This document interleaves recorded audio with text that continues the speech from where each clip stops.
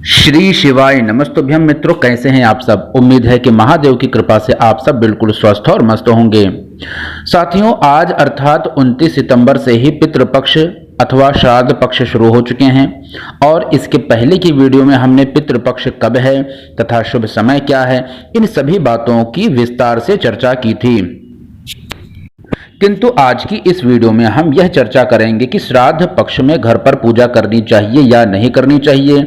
इसके अलावा हम यह भी चर्चा करेंगे कि ऐसे कौन कौन से कार्य हैं जो हमें श्राद्ध पक्ष में अवश्य करने चाहिए, और उससे भी आवश्यक यह है कि ऐसे कौन कौन से कार्य हैं जो हमें श्राद्ध पक्ष में भूल करके भी नहीं करने चाहिए। और इसके अलावा यह भी बात करेंगे कि श्राद्ध पक्ष के दिन या श्राद्ध पक्ष के दौरान हमें क्या क्या खाना चाहिए या क्या नहीं खाना चाहिए। अतः पूरी वीडियो को अंत तक ही देखिएगा, तभी आपको ये सभी बातें एक एक बात आपको समझ में आएगी और उसका महत्व भी आपको समझ में आएगा। और उसके पहले एक छोटा सा निवेदन है कि यदि आप पहली बार मेरी आवाज सुन रहे हैं या पहली बार चैनल पर आए हैं तो कृपया चैनल को सब्सक्राइब कर लीजिएगा, वीडियो को लाइक कर दीजिएगा और कमेंट बॉक्स में हर हर महादेव अवश्य लिखिएगा। देखिए, श्राद्ध पक्ष में एक सबसे महत्वपूर्ण प्रश्न यह है कि हमें अपने घर पर देवी देवताओं की पूजा करनी चाहिए या नहीं करनी चाहिए। तो आपको बता दूं कि शास्त्रों के अनुसार पितृपक्ष के दौरान पितर पृथ्वी पर वास करते हैं। ऐसे में इस दौरान पितरों की पूजा करना अत्यंत कल्याणकारी माना जाता है।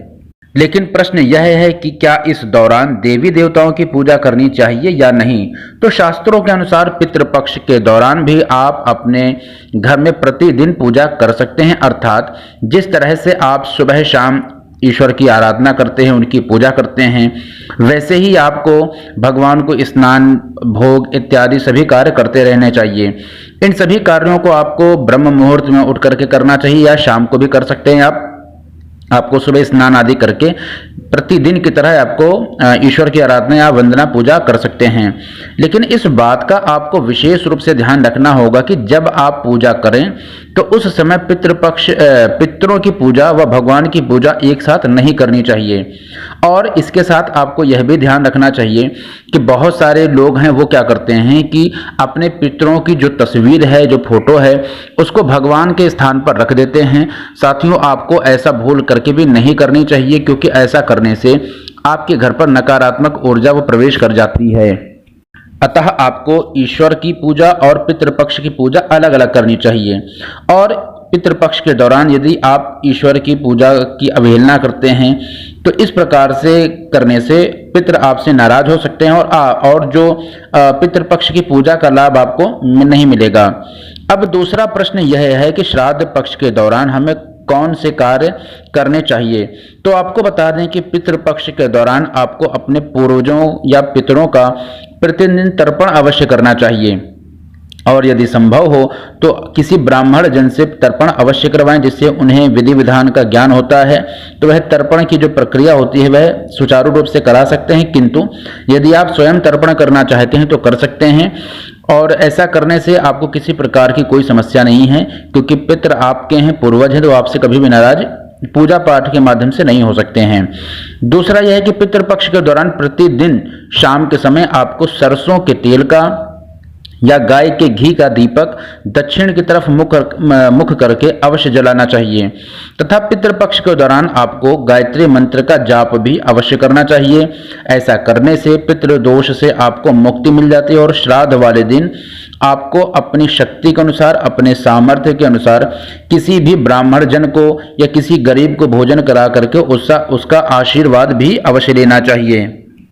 अब बात कर लेते हैं कि पितृपक्ष में हमें क्या नहीं करना चाहिए। तो आपको बता दें कि पितृपक्ष के दौरान जो भी व्यक्ति अपने घर में पितरों का तर्पण कर रहा है, पितरों का श्राद्ध कर रहा है, तो उसे तो भूल करके भी अपनी दाढ़ी, बाल व नाखून बिल्कुल भी नहीं कटाने चाहिए। इस बात का आपको ध्यान रखना है कि यह सबसे महत्वपूर्ण बात है कि जो भी व्यक्ति अपने घर पर पितरों का तर्पण या श्राद्ध कर रहा है तो उसे तो भूल करके खासकर अपने दाढ़ी, बाल और नाखून नहीं कटवाने चाहिए। ऐसा करने से क्या हो सकता है कि जो भी व्यक्ति श्राद्ध पक्ष के दौरान, पितरों की पूजा के दौरान जो भी व्यक्ति श्राद्ध करता है, यदि वह दाढ़ी बाल नाखून कटवाता है तो उसे धन की हानि हो सकती है।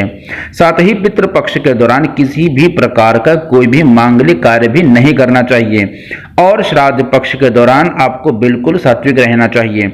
अर्थात जब भी आप श्राद्ध पक्ष के दौरान हैं तो आपको अपने घर पर कोई भी शुभ कार्य या जो कोई भी मांगलिक कार्य नहीं करवाना चाहिए। जैसे आपको किसी भी जो घर का प्रवेश नहीं करवाना चाहिए, जो नए घर खरीद के लोग गृह प्रवेश करवाते तो गृह प्रवेश नहीं करना चाहिए, मुंडन है, शादी विवाह इस प्रकार का जनेऊ है, तो कोई भी मांगलिक कार्य नहीं करना चाहिए।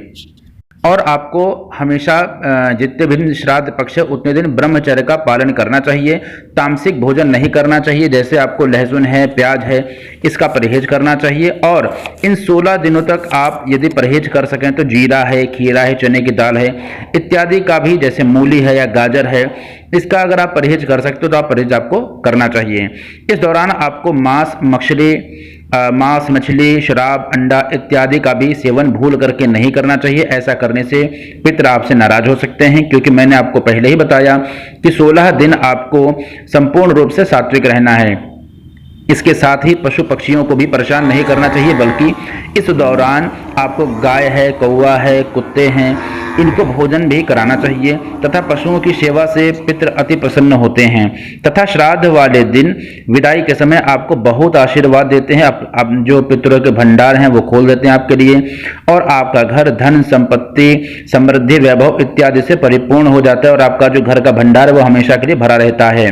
तो साथियों, ये थी श्राद्ध पक्ष से संबंधित कुछ महत्वपूर्ण बातें। उम्मीद है कि आपको ये सभी जानकारियां पसंद आई होंगी, इसलिए कमेंट बॉक्स में यह बताइए कि ये वीडियो आपको कैसी लगी। हर हर महादेव, श्री शिवाय नमस्तुभ्यम।